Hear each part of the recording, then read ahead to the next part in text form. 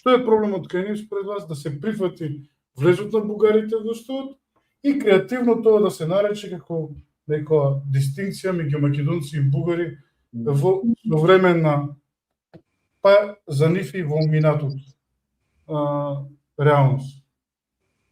Па знаете, кажавте вие на почетокот, кај нас мислат луѓето, односно ни прифаќаат дека постојат македонски бугари. Па вели и најчесто, всушност не најчесто, секогаш редовно, значи било што се однесува за оваа тема во нашите медиуми, имаме, значи тоа се македонци со бугарска самосвест или со не знам какво беше другата, што значи дека ние тоа не го потребуваме за другите, нема да кажеме српска самосвест или албанска самосвест. Значи овдека као состава дилема. Тој не е бугарин, ама свеста така му е, самосвеста. Ме разбирате која дискриминација се врши уште од старт, значи тоа прашање се сече во корен како забрането прашање. Значи или со бугарски чувства, што значи дека ние идентитетот го сведуваме на чувства или на самосвест, а велиме дека се грижиме за нашиот идентитет. Значи не може никој, дали да е медиум, дали да е било кое политичко или официјално лице, да го оспорува идентитетот на другиот. Тоа е суштината на демократското општество. Ако некој вели дека е бугарин, јас прифаќам дека е бугарин, ја не анализирам неговата самосвест, како што ја анализирам за другите.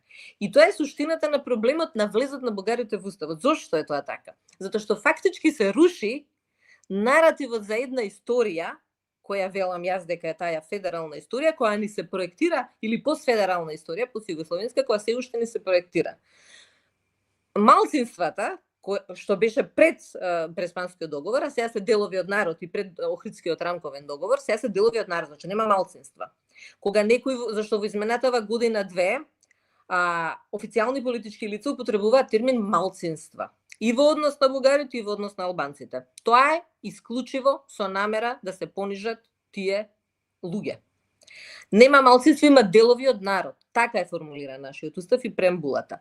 Преамбулата во суштина ги вклучува оние делови од народ, освен македонскиот, кои учествувале во АСНОМ и која формирале Асномска Македонија. И свеста на луѓето е дека ако ние ги ставиме бугарите во уставот, односно во преамбулата во уставот, всушност ќе потврдиме дека Асномска Македонија подеднакво ја формирале и бугарите, како што ја формирале и другите. И мислам дека е тоа суштината на проблемот, ако сакате, или противењето на определени кругови, зошто бугарите не треба да влезат во уставот. Тоа е таа реминисценција на преамбулата. Прво, преамбулата не е официјален дел од уставот, тоа е оној свечен дел од уставот, знаете. Меѓутоа, деловите од народ не се споменуваат само во преамбулата, се споменуваат уште во два други члена, што означуваат и како се вели, што се произлезени после Охридскиот рамковен договор, каде што означува дека врз основа на таа етничка припадност, иако во меѓувреме додека ние чекаме парламентот да се ја заврши работата со влез на бугарите во уставот, имаме проблеми со оспорување на Охридскиот рамковен договор и правичната застапеност, која кај нас исто така јавноста е дезинформирана дека се однесува само на албанците, не, се однесува на правата на било која етничка заедница или било кој дел од народ. Значи, рушењето на Охридскиот рамковен договор, правам дигресија, директно влијае и на самите етнички заедници, односно на стабилноста на уставниот поредок и на државата. Тоа е паралелен процес кој се случува, значи додека ние сме само блокирани за влез во Европската унија, ние уште подеструктивни процеси правиме, и други темели рушиме на самата државност. Уште еден момент во однос на влезот на бугарите во уставот е токму тој, практично за преамбулата, и според мене на тој начин практично се блокира државата или се користи како изговор, не влегувањето на бугарите во уставот, се користи како изговор, односно бидејќи тоа е последниот чекор после кој ќе нема дополнителна политички било каква одлука, практично немаме веќе никаква причина за вето, и точно во право сте, Бугарија направи отстапки за да стигнеме до преговор до 2022 година за да го повлече ветото. Кај нас тоа не беше представено како отстапки на Бугарија, бидејќи тоа ќе се сруши наративот за отстапките што ние ги правиме. Уште еден елемент, тоа сакав да кажам, сега се потсетив, уште еден елемент е прашањето на бугарските пасоши, кои на македонски граѓани кои имаат добиено бугарски пасоши врз основа на, нели, како велат, самосвест и така натаму, кои се веќе условите кои ги дава бугарската држава. Меѓутоа, уште еден интересен момент овде што според мене ја руши тезата за нарушен идентитет. Еве хипотетички да кажеме дека луѓето, не знам колку веќе стана тој број расте, рапидно расте.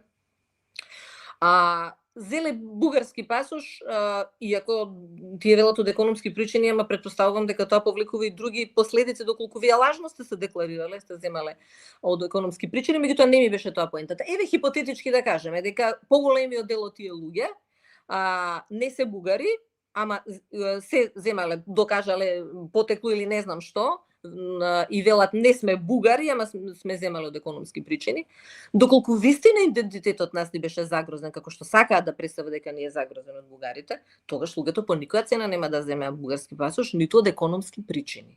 Што значи дека таа причина за загрозеноста на идентитетот, за жал, според мене, е стравична злоупотреба на вистинскиот идентитет на македонците. И кога вие покажувате постојано теза загрозен од грците, загрозен од бугарите, албанците не знам што ќе ни земат, вие практично го рушите и етничкиот и националниот идентитет и стабилноста на државата, на граѓанската држава. Според мене тоа не е апсурд што викате. Дали е апсурд дека ние да направиме дистинкција, затоа што велите, нели, ние нормално се противиме на тезата дека сме ист народ, ние имаме, меѓутоа тоа е веќе прашање на етногенеза. Значи тоа не е прашање на ние тука зборуваме за политички термини, тоа постојано го велам. Ние зборуваме за независна држава 91 година. Ние зборуваме во политички термини, тоа беше прашањето со Преспанскиот договор, во однос на државност, националност, припадност и слично. Тоа се политички термини. Прашањето за историјата е вклучено во билатералните договори и со Грција и со Бугарија, меѓутоа овдека едноставно никој никогаш не објаснува зошто тие прашања се вклучени. Во два договори нас не се вклучени тие прашања. Зошто? Затоа што тоа е кажано уште од 91 година или постојано се провлекува. Не може ние, денеска Република Северна Македонија, да имаме монопол на историјата на историскиот и географскиот регион на Македонија. Значи, македонскиот идентитет е дел од бугарскиот идентитет, дел од грчкиот идентитет, дел од други две современи независни држави. И ние упорно одбиваме, па сега и, нели, како велиме, нашинците во Бугарија. Да не кажам што е тоа апсолутно рушење на нашиот устав на кој никој не реагира. Значи, еден од членовите кој промени, сум го кажувала ова во емисијата, ќе го повторам, секогаш е добро да се промени. Преспанскиот договор не беше договор само за промена на името на државата. Тоа беше договор во кој се утврди дека ние ги утврдуваме границите на државата кон сите соседи и дека ние не смееме да се мешаме во внатрешните работи на соседите. И еден од членовите кои се промени беше дека ние може да се грижиме само за нашата диаспора. Значи за луѓе кои од овдека се иселиле таму, а не луѓе кои се декларираат македонци во Бугарија или во Грција. Тоа не е наша надлежност. Тоа е мешање во внатрешните работи. И тоа свесно се прави и на тој начин свесно. Јас велам, ајде вие што свесно ги загрозувате односите со соседна држава. Меѓутоа, дали сте комодни да го рушите свесно сопствениот устав? Тоа е прашањето. Според мене тоа не е прашање, велите контрадикторно е, не е контрадикторно, затоа што после 2022 година нема причина за вето. Нашите политички елити не знаат да живеат без вето. Ние од 95 година имаме вето и вие комотно може да велите одиме кон Европска унија, одиме кон НАТО, се демократизираме, ама знаете грците вето поставија. Тоа беше до 2018 година. После имавме период каде што мислевме дека брзо ќе оди, имавме една неимплементација, се на нас за тоа веќе сосема друга тема на тој билатерален договор со Бугарија и го добивме, де факто имавме ние вето со Бугарија до 2000, официјално, формално вето, тогаш можешме да кажеме имаме вето, после 2022 година ние немаме вето. Ние 3 или 4 години, го спомни соговорникот тоа, каде што Бугарија точно последниве 2 години е прилично пасивна. Значи, не реагира на провокациите од македонска страна, не реагира на говорот на омраза, не реагира во форма каде што е, нели, протестни ноти и слично, меѓутоа нема незаинтересирано е практично општеството што се случува. Што значи, еве оставени сте сами. Еве апсолутно не се мешаме во идентитет, во ништо не се мешаме, во историски прашања не се мешаме. Тоа не го намали кај нас говорот на омраза кон Бугарија. Тоа не го намали антагонизмот, што значи дека антагонизмот не е произлезен од ставот на Бугарија кон нас. Тој може да биде дополнително отежнувачка околност. Меѓутоа, извор на антагонизмот е граден со други побуди. Не затоа што бугарите не сакаат или не присвојуваат или не сакаат. туку затоа што тоа е последната брана за конечно Македонија да биде независна држава.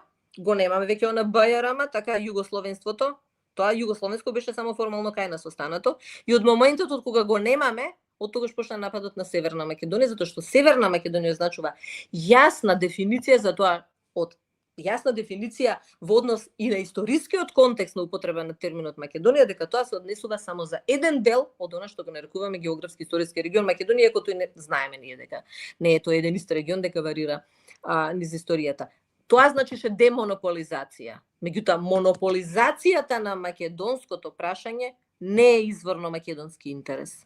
Тоа е изворно интерес на нашиот северен сосед.